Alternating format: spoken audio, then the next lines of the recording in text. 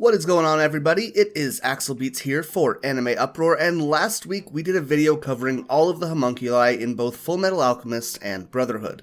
And since you all seem to enjoy that so much, today we're going to be making a monster video talking about all of the alchemists and their specialties.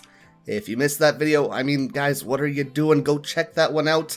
And if you enjoyed this one, and want to see more Fullmetal Alchemist content on this channel, be sure to leave a like to let us know. If you are new to AnimeUproar or you just haven't subscribed yet, make this the video that you subscribe and be sure to click that bell to select all notifications. You can also follow AnimeUproar on Twitter and Instagram at AnimeUproar, or you can follow myself at AxelYT.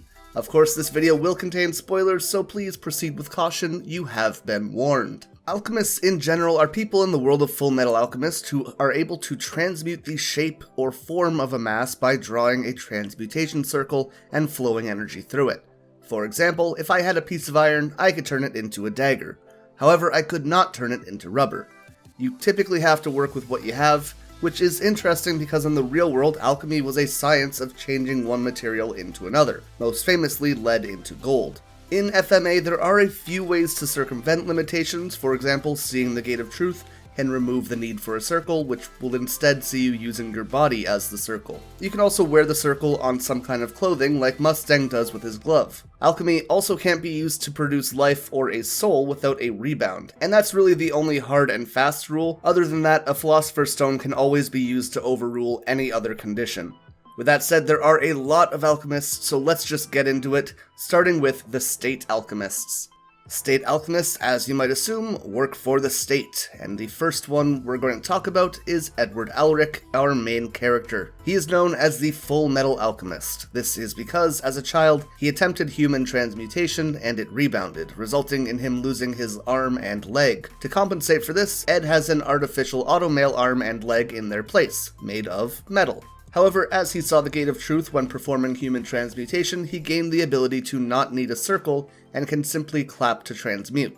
Ed's original goal in both series is to find the Philosopher's Stone to get both his and his brother's bodies back. As his name suggests, he uses a lot of metal alchemy, often making weapons like spears and adding blades to his metal arm. While the bladed arm is his go-to in most hand-to-hand situations, he's actually more likely to do more earth or stone-based alchemy, extending or creating walls, making spikes or pillars, etc. That said, this is an important time to note that in theory, any kind of alchemist could hypothetically do any kind of alchemy, if they understood the chemistry behind it and knew the correct circle. So Ed, being a little bit of a prodigy, might lean into him being able to work with multiple elements very fluidly. As a whole though, I'd think that just about any alchemist could do any basic transmutations of simple materials. Roy Mustang, the Flame Alchemist, is seeking to raise through the ranks of the military and create the ideal future that he believes in from the inside. Mustang is one of the most dangerous and talented alchemists in the series, as he has access to flame alchemy, something created by Berthold Hawkeye. Berthold became sick and he tattooed the flame alchemy array on his daughter's back to keep it protected after his death. While he is called the Flame Alchemist, the basis for this alchemy is actually to manipulate the oxygen levels in the air, then igniting it with a spark. This can be created either through the use of a lighter or through his gloves, which have a transmutation circle on them and are made from ignition cloth, which sparks when he snaps. Basically, Mustang makes a path of high oxygen density, then lights up everything along the way. Once Mustang sees truth, he's able to do all of this with a clap rather than a snap or a lighter, while also granting him access to more earth-based alchemy as well. Next up, the freezing alchemist Isaac McDougall. After his role in the Ishvalan War, he quit being a state alchemist and committed to destroying Central. Similar to Mustang, he wears a circle on his gauntlet and has it tattooed on his palm. His abilities all revolve around water, and more specifically, he tends to increase or decrease its temperature. If he touches something or someone, he can boil the water within it or freeze it instantly. Xiao Tucker is the Sowing Life Alchemist, who specializes in bioalchemy. Specifically, he creates chimeras who are capable of speech.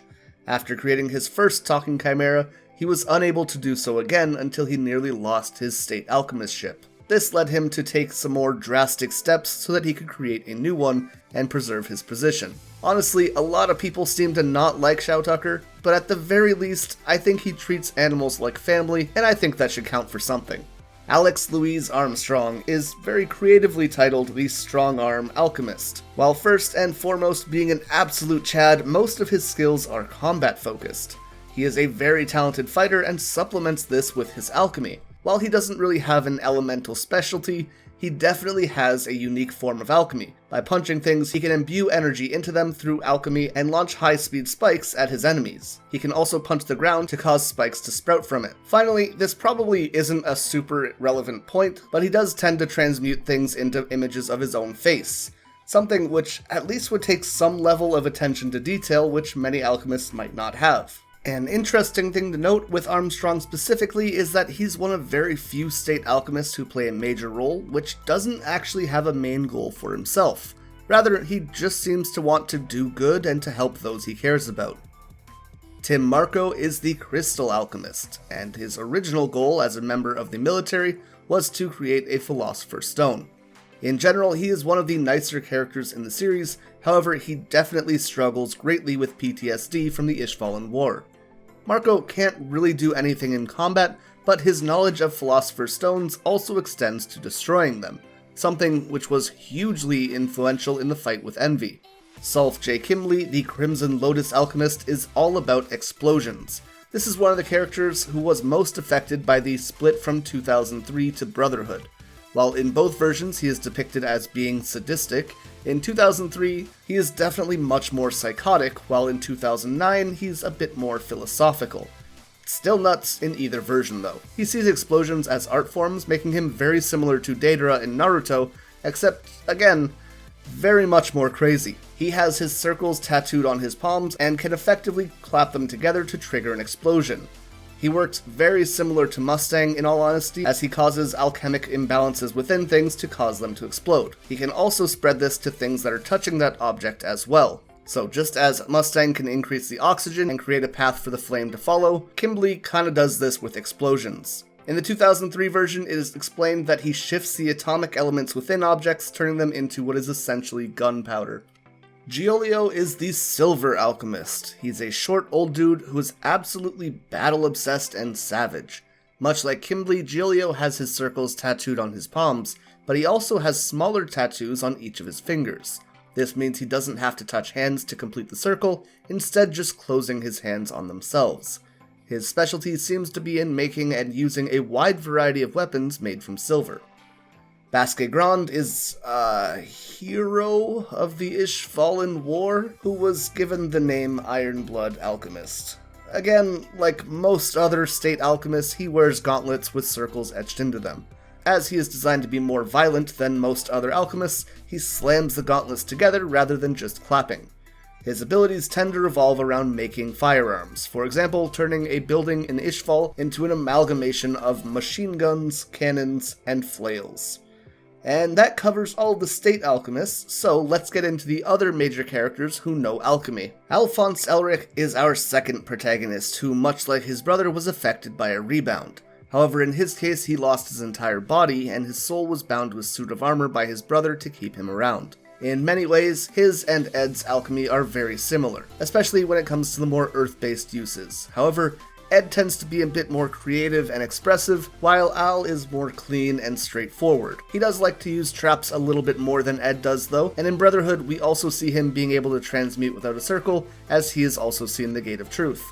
This also happens in a different way in 2003, when he himself is turned into a living Philosopher's Stone. Ed and Al's teacher, Izumi Curtis, has also seen the Gate of Truth when she tried to revive her dead baby, losing her internal organs in the process. Fittingly, much like Ed and Al, she specializes in manipulating her surroundings, such as walls and the ground. She can also manipulate the iron in people's body to knock them out, or make metal weapons like Ed does. On top of all of this, Izumi is one of the strongest martial artists in the series, far outclassing Ed himself. Hohenheim is Ed and Al's father, however the dude has been alive for about 400 years. Originally he was a slave from Xerxes, and Hohenheim's blood was used to create the dwarf in the flask.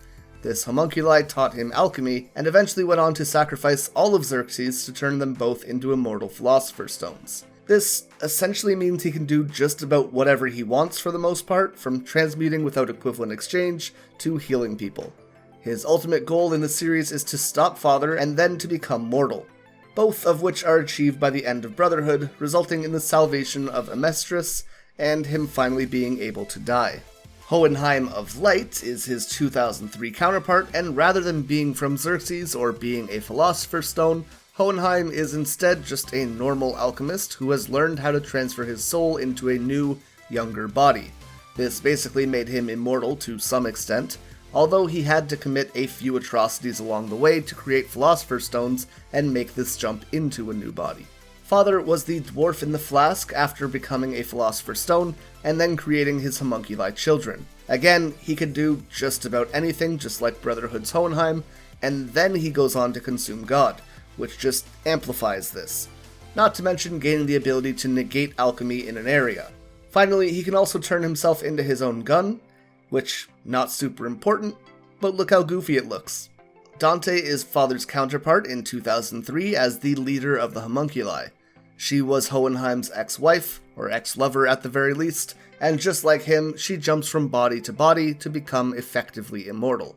However, her soul has been fragmented and weakened by each jump, and as such, her new body starts to crumble faster and faster each time. Lyra is the final body that Dante jumps into. She is a super talented alchemist who wanted to become a state alchemist, and much like state alchemists tend to do, she uses her accessories to transmute things. Specifically, her necklace has a circle inscribed on it. With this, she can condense air and fire it off in devastating bullets strong enough to destroy buildings. Scar in each series is an Ishvalan man who wants revenge on the state alchemists for the horrors of the Ishvalan War. To do so, he breaks the cycle of alchemy. Alchemy is all about breaking things down and building them back up in a new form. Using the tattooed array on his right arm, he halts the process at the breakdown point, enabling him to destroy anything that he touches. In 2009, his left arm also has an array on it meant for reconstruction, allowing him to perform complete alchemy in some form. In each series, all of the abilities that he gains in terms of alchemy come from his brother's research. Speaking of his brother, in both series he is a scholar. The 2009 version tells us about him knowing both alchemy and alchemy. However, in 2003 this obviously isn't the case, as alchemy doesn't exist. However, he does perform human transmutation in this version to try and bring his ex-lover back to life, resulting in the creation of lust. The gold-toothed doctor in Brotherhood was responsible for injecting a Philosopher's Stone into King Bradley to turn him into a homunculus. The doctor seems to specialize in human experimentation and sacrifice, and can even perform some level of human transmutation, which he uses to teleport his would-be sacrifices. Fletcher and Russell Tringham impersonate the Elrics to gain resources available only to state alchemists so that they can complete the works of their father, Nash. This mostly involves creating something called red water, a liquid with alchemic traits. These ultimately accumulate in the creation of weak Philosopher's Stones. And Berthold Hawkeye, as mentioned earlier, was the creator of flame alchemy. There are two homunculi other than Father that can perform alchemy. Interestingly, they're both the reverse roles to King Bradley, as he played those homunculi in the opposite version of Fullmetal Alchemist. These are Pride and Wrath. 2003's Wrath, who has Edward's arm and leg, is able to use alchemy. He uses this to supplement his homunculi ability, which allows him to fuse his body with different substances. Pride in Brotherhood gains the abilities of the people and objects that he consumes. This includes Kimberly and the Gold-Toothed Doctor. And finally, we have a few minor alchemists that we meet along the way, often in kind of bad guy of the week sort of roles. Majal wanted to create perfect living dolls based on his deceased love, and uses alchemy to create incomplete living mannequins, hoping that Ed will teach him how he created Al's metal body. Majal goes a little bit crazy along the way, especially when he learns that his love was never really dead to begin with and is now an old woman. Lujan was an alchemic doctor that reminds 2003's Lust of her creator, and she gives him a Philosopher's Stone to heal his fiancé from Fossil's disease. However, Lujan ends up falling in love with Lust, and ultimately she kills him for this. And the last alchemist we have to talk about is Clara, who's known as a phantom thief. She mainly uses alchemy to manipulate a deck of cards, for example, turning them into a katana. And that's it! Every relevant alchemist in the series, as well as the irrelevant ones. As always, a question for you all: which alchemist was your favorite, and if you were an alchemist, what would you specialize in? I think my favorite in the series is probably Mustang. It's kinda hard to argue with him just being insanely cool, but if I had to choose the type of alchemy for myself, I might have to choose something similar to Isaac McDougall, as I've always had a bit of a soft spot for water and ice-based abilities. If you guys enjoyed this Fullmetal Alchemist video and want to see more, please leave a like, and if you're new to AnimeUproar, remember to subscribe and ring the bell. By selecting all notifications, you can help guarantee that you will not miss any future videos. And of course, you can also follow AnimeUproar on Twitter and Instagram at AnimeUproar, or myself at ExcellianYT. I want to give a big thank you to all of our AnimeUproar patrons who make videos like this one possible. Special thanks to Alpha Sigma, who is an absolute mad lad and disciple of Lord Twigo himself. And of course, the 1-tier patrons, the ones who rise above all other clans. These being Ingrata, Patehefa, Aljatal, Hinokami and Water, The Toasted Chi, The Spike 8227, Dylan Isidore, Spidey Life Tanel, Tungsten Tarkus, Baked Buddhist, and Monkey D. Quilly. And finally, thank you to all of our Pro Hero tier patrons, the one and only Gilgamesh, the Red-Haired Raven, Angel Cruz, Rathuin De Ora, Very Gucci, Alicia Octor, Bonnie Parks, Joanne Garcia, Ted Not Ted, Fatboy Games, Corey McGowan, and Soul Ray Slice and Dice. If you enjoy our videos and feel like they provide some kind of value to you, please consider checking out our Patreon through the link in the description. Anyone who supports the channel with even a single dollar has access to our exclusive Patreon-only Discord, and your name will appear at the end of videos just like all of these phenomenal people. But for now, I want to thank you all so much for watching, and until next time, remember to stay Axel.